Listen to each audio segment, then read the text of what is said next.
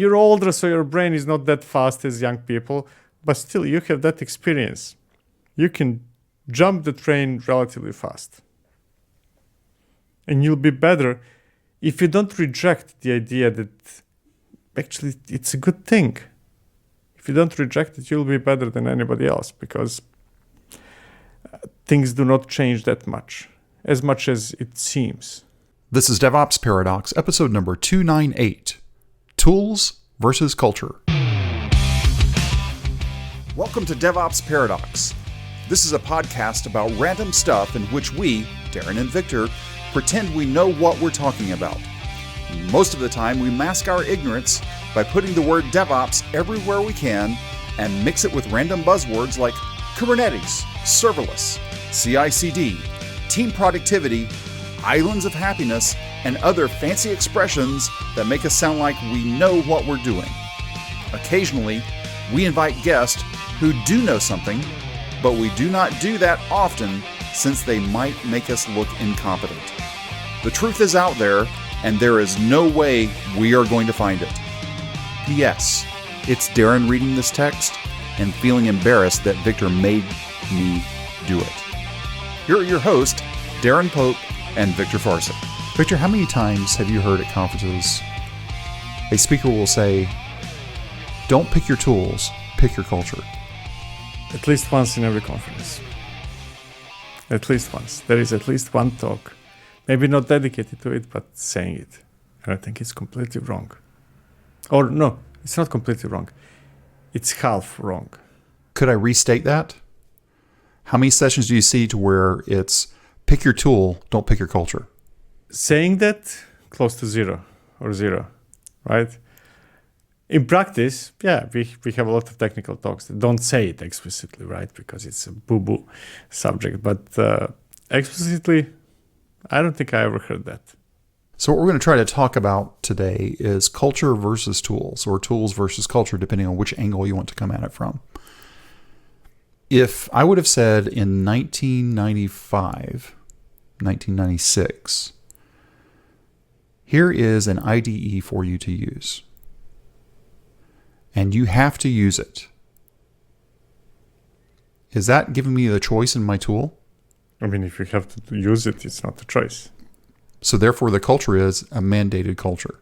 Yeah, and it changed. It's not a mandated culture. The point is that tools change the culture.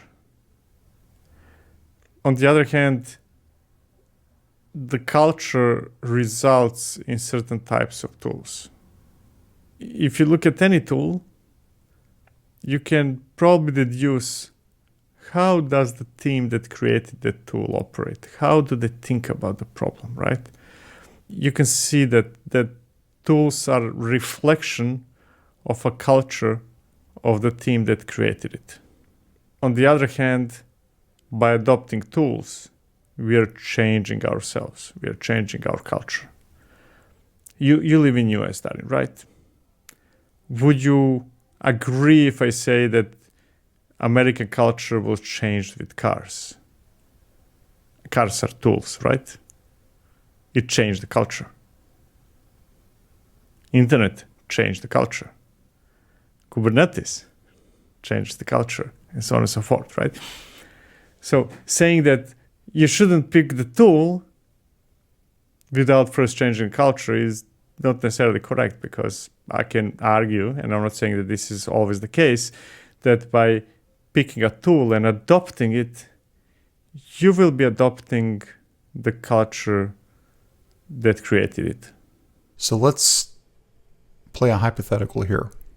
Let's say I'm wanting people to start using CLIs instead of going pointing and clicking through a UI.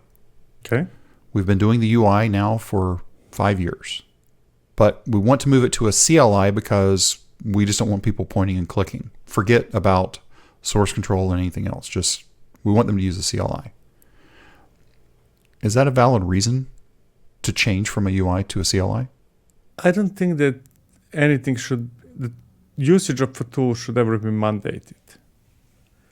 I don't see a reason why somebody would have to use a CLI instead of a web UI by itself. What I would like to hear is a different type of mandate or explanation.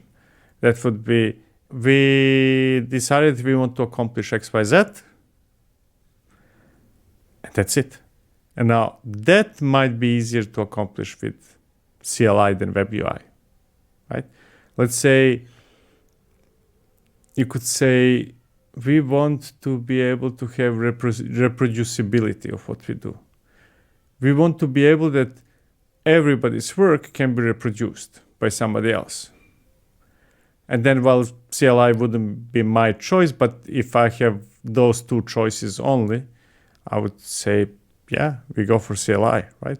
You don't have to do it. If you can figure out how to do it with web UI, maybe you're going to extend it so that web UI produces some kind of code for everything you click and stores that code somewhere, and then somebody else can load that code into the UI and just say, redo the same thing. Then I have reproducibility. The goal should always be to set some goals, and goals are not, oh, my goal is to use this tool. You might discover through usage of that tool that, oh, now I can accomplish this. I did not even know that I can have reproducible something. Cool. Maybe you start using a tool without even knowing what you will be able to accomplish. But nobody should say, you have to use this. Why? I'm thinking about the team lead, the manager, the whatever, and it's just because the culture has been so bad, I'm going in the exact opposite direction, and I'm going to mandate everything, trying to get things under control. So if everything's been a free-for-all, I'm going to overcompensate and put up such tight guardrails, all the way down to the final, you're not allowed to use Nano to do text editing, you must use VI. And you can't use Vim, you have to use VI. And you have to use this version of VI that we're going to provide you. That's where culture becomes even worse than the tooling options. Yeah, those are ridiculous situations where the only thing I can say or advice I can give is run. Well, I've worked in scenarios like that before. So, and I chose not to run because, well, I needed a job. Okay, that's true. I often sound prepotent when I say things like that, kind of as if everybody can run. You're absolutely right? But try it at least. So where's that happy middle? Because going back to what you were saying and how we sort of set it up, tools can change the culture. Culture can, I'm going to stick with the word mandate, can mandate changes to tools. But if the culture mandates a change to a tool that causes issues, we have to be able to make changes again. And that's a cultural thing, not a tool thing. I wouldn't say mandate, but fosters maybe change of a tool rather than mandate. Again, I'm very much against anybody being forced to use any specific tool for anything. I really don't think that's a good idea. I don't like it at all. But yeah, we should record every change to our code, right? That could be a good objective. Now, hey, if you can come up with something better than Git, I'm all open. You don't have to use it. Just you have to version every change. And I could add you would be a fool not to use Git.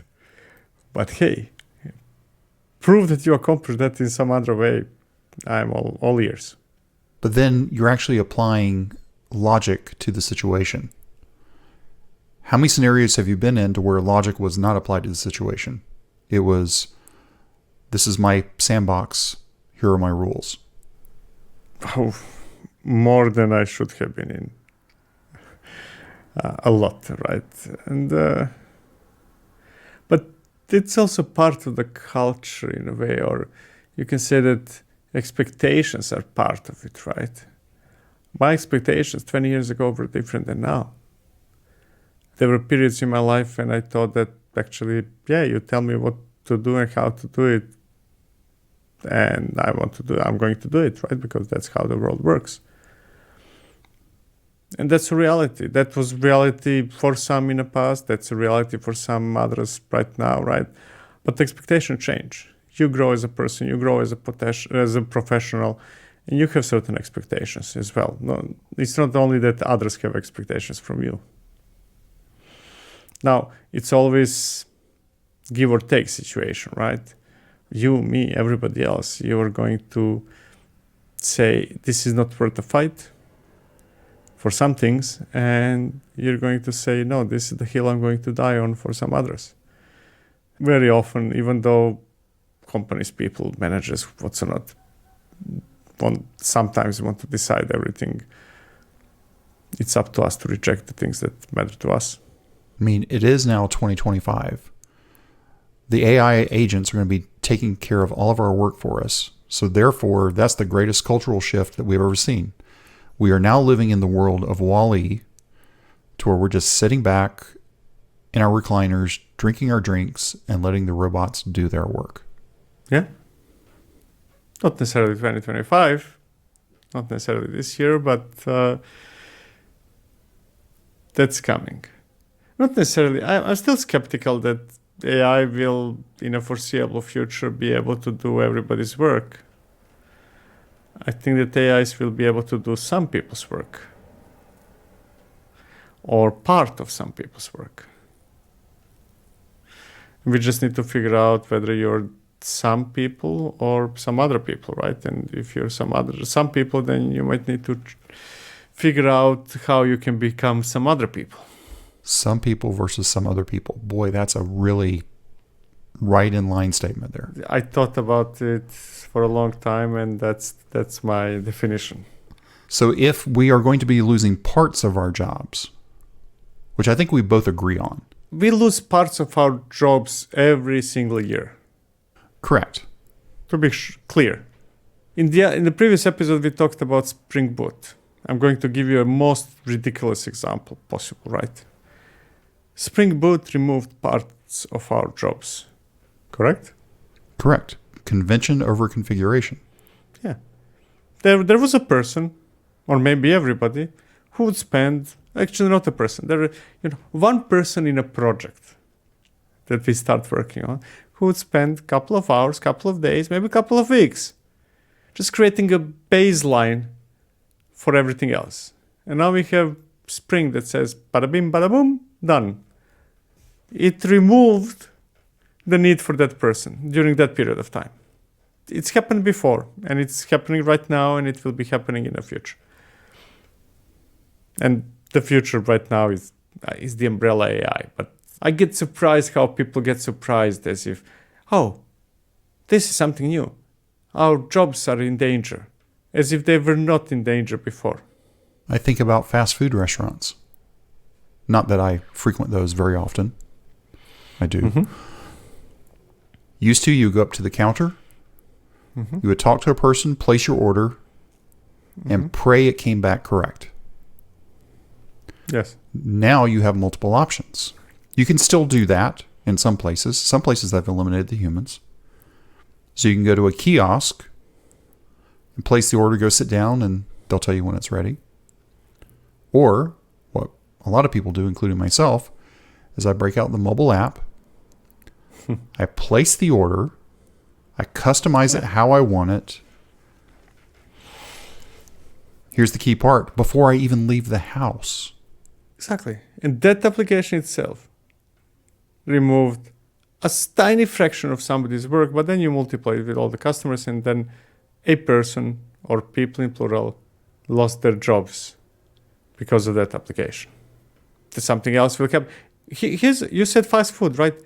The existence of fast food restaurants at the time meant that people in restaurants lost their jobs. Because now 10 people can do the job for 100 people without entering discussion whether the end result is just as good, right? We don't have to enter that discussion. 9 times out of 10, it's not going to be as good as a regular restaurant. We'll say that. Fast food restaurants resulted in people losing jobs, right? Yes. But no, the answer is not yes. Why not? Come on. The answer is not yes. In both Spring Boot case and restaurants and so on and so forth, The answer is that actually the same number of people have jobs, give or take. Some people need to be requalified, some people need to learn some new skills and so on and so forth, but the number of jobs is not really dropping. We don't have like 50% unemployment compared to 40 years ago. The result is that we produce more. The result is that, and I'm going to keep the example no matter how good or bad it is with fast food restaurants. The result is that more people more frequently get food for fast food restaurants than ever from restaurants. But the number of people working in restaurants, including fast food, is probably more or less the same. Okay, I'll give you that. But people have to be reskilled. Oh yeah. That's the trick. Hey, if you're creating buggies for horses, you had to be reskilled. If you wanted to work in Ford, of course. People didn't want a faster horse. They wanted to get somewhere faster. You need to be reskilled. And, being reskilled is easy when you're young. It's harder when you're older. Hopefully things do not change so fast that, if you're 60, you need to reskill yourself. But at least the next generation is to have different skills than you did. Well, I'm thinking about the culture. Let's step away from fast food for a moment. Let's go back into development. I'm sitting as a developer in a mid-sized to large to enterprise company, not a small company, right? Just there's at least 50 people in my team, broad strokes. And I have been let's pick a tool, SQL Server DBA for the past 10 years. Mm-hmm. I know SQL Server inside and out. Mm-hmm. One of our higher-ups played golf with somebody from Oracle. And the decision has been made. We're getting rid of Microsoft SQL Server. We are going to Oracle. And it's going to be happening in the next 6 months because we want to get out from our contract with Microsoft. Yeah. I have a choice. I can choose to reskill myself, or I can choose to leave. There's probably other variations of that, but those are the two core choices. Because if I'm, like you were saying, if I'm in my 20s, okay, I've been doing it 10 years. If I'm in my 30s, maybe. If I'm in my 60s, heck no. Yeah, but even if you're in the 60s, right? Yeah, you have two options. Okay, you can find another company that uses SQL Server. Cool. But you can also reskill yourself because your example is slightly different than what I thought, right? When I said you're creating buggies and now you need to work in a factory, it's a very, very different type of job, right? In your example, I don't think there is an age limit for reskilling yourself because you know what? You having a lot of experience with SQL Server, Microsoft SQL Server, gives you big leg up compared to anybody else to figure out Oracle. It's not completely different. Commands might be different, but there's so much of the same in both of those databases. Both of those are SQL databases. The rules still apply. Yeah, command will be different, but you'll be doing the same thing. It's not big of a jump. And you have something that many others don't have. Imagine that you, with years of experience with SQL Server, against somebody with no experience with any database server trying to learn Oracle. And you're older, so your brain is not that fast as young people, but still you have that experience. You can jump the train relatively fast. And you'll be better if you don't reject the idea that actually it's a good thing. If you don't reject it, you'll be better than anybody else because things do not change that much as it seems. That key phrase that you just said there, if you don't reject. We should all listen to that phrase in every aspect of life.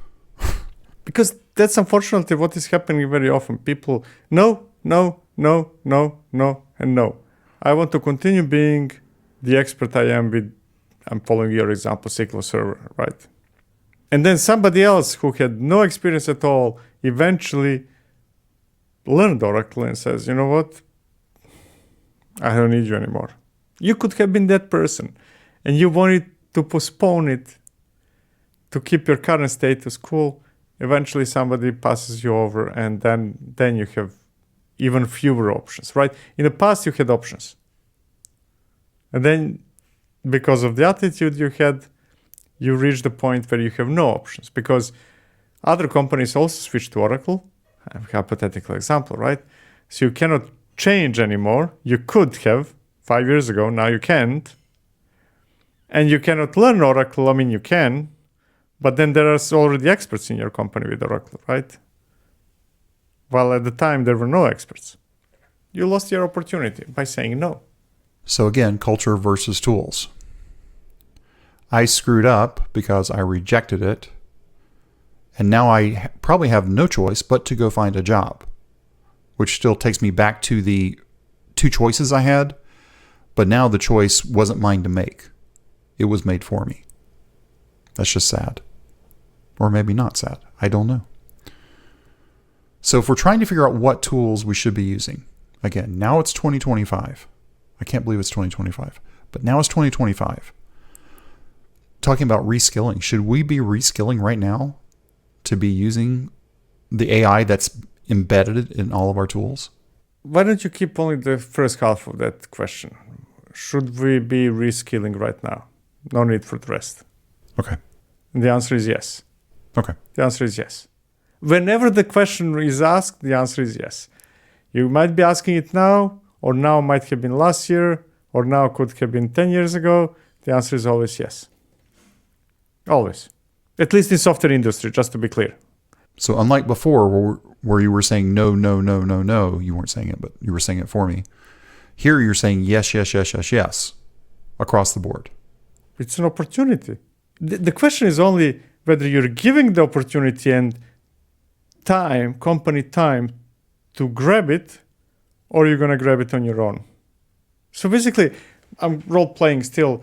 When you as CEO come and tell me, Viktor, jump from SQL, Microsoft SQL to Oracle, you're telling me I'm going to finance that jump, right? That's a good thing. That's so much better thing than if I say, you know what, I'm curious, but my company is still using SQL Server, but I'm curious, I want to learn what that Oracle thing is, and I'm going to do it over weekends. We are both accomplishing the same result. It's just that you said no to sponsored opportunity. That's silly. Well, as long as I could actually work on it then and not still be getting pulled back to work on the SQL Server stuff blowing up every single day. Yeah, but still, if you tell me, Viktor, every Friday on company dime, you can be learning this thing. I'm still going to say yes, even if we end up not doing it. Because, first of all, we never end up doing everything. Second, the experience, wealth of varied experience is what makes us valuable. Like, I'm not using Docker Swarm in production for many years now. But I can tell you that Docker Swarm experience was very valuable when I was jumping into Kubernetes. Mesos, even better example, right? If you use Mesos before Kubernetes existed, you had valuable experience, right? And then somebody said, hey, learn Docker Swarm. And on company time, yes, excellent, I'm going to do that, right? And then company says, you know what, Docker Swarm, that's that. We're jumping into Kubernetes. Or we're going back to Mesos. Pick whichever you want, right? But there are some lessons from Docker Swarm that is going to make me be better at whatever else we're actually doing. So even if you never use it, even if it turns out to be a dead end, there is always something you learned. Always. What if the boss says, we're going to go learn today, 2025. We're going to go ahead and start migrating everything from our VM-based applications, and we're going to go to Docker Swarm because I hear it's the best thing to go to right now. What would you do then? From VMs to Docker Swarm? Oh, I would say yes, please. Yes, please. Assuming that those are the only two options. Yeah, but you're saying that's still okay even in 2025. Oh, 100% okay. I would never recommend anybody to use in 2025 Docker Swarm, just to be 100% clear. But I would not recommend people to run on VMs either. Now, what you just said is, should we, and forget about Docker Swarm, because my brain does not hear Docker Swarm. My brain hears that there is an offer to start using containers.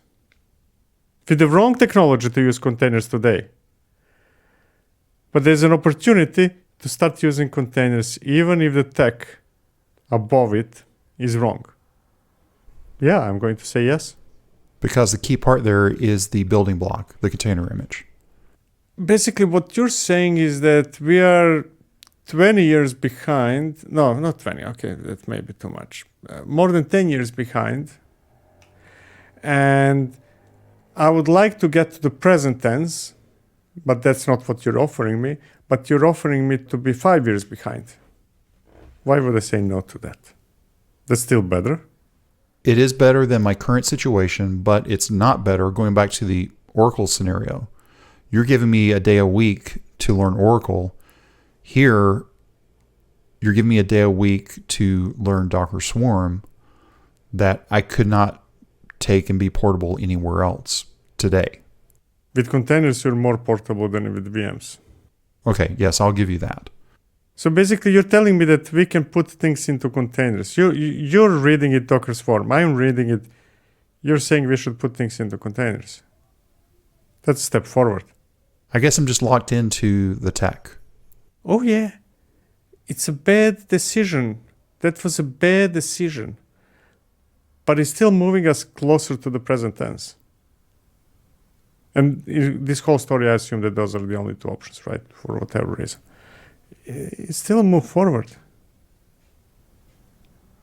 Eventually, we're going to realize, okay, I'm going to have more arguments or not, and I couldn't convince you today, but tomorrow I will be able to convince you that we shouldn't do that. But now I have containers. Now I did 10% of what is before I was 0% towards Kubernetes. Now I'm 10% towards Kubernetes. That's a good thing. I'll make it more complicated to you. Hey, would you switch from VMs to Mesos? Ooh, no. Oh, yeah. Really? I mean, jump from Mesos to Kubernetes is a smaller jump than jump from VMs to Kubernetes. See, to me, based on my reading, Mesos is even more dead than Docker Swarm. Yeah, but it's still one or more steps closer to Kubernetes, right? You get used to schedulers, cool. You get used to containers, cool. A few other things, yeah. It's a wrong step forward, but it's a step forward. It's a step at an angle, but it's in the direction you want to go. Yeah, did you ever sail by any chance? I have not. Okay, so one of the first things you learn about sailing is that you're at the mercy of the wind, right? You cannot do straight line towards your destination. That never works. You have to zigzag. 45% to the left from your destination, 45% to the right, left, right, left, right, left, right, and you get there. It's not the shortest path, but that's how it works. Sailing. So not the shortest path, not the easiest path. There was work. Somebody probably lost a finger or two. You're still closer to your destination. The problem is, what if that destination is a moving target? And then you are going with that boat, on average, when you calculate, if you were going to the straight line, you're zigzagging, but let's say you're going by, 50 miles per hour.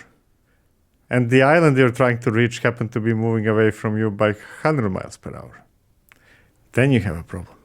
You're still closer to you're not closer to, you're closer to the destination you had in mind, ignoring the fact that the destination moved. It's still better than standing still, just to be 100% clear. Is that where most people are today, do you think? Do we think we really have a place to where we're going to be able to land? Do we know what the destination is, number one? Number two, do we even realize that the destination may be moving, even though we don't realize it? The good news is that for not all, but for many of us, even though we trash different examples and companies and what's not, most companies are moving just as fast or faster than that moving target? And the answer is relatively simple, because they're behind.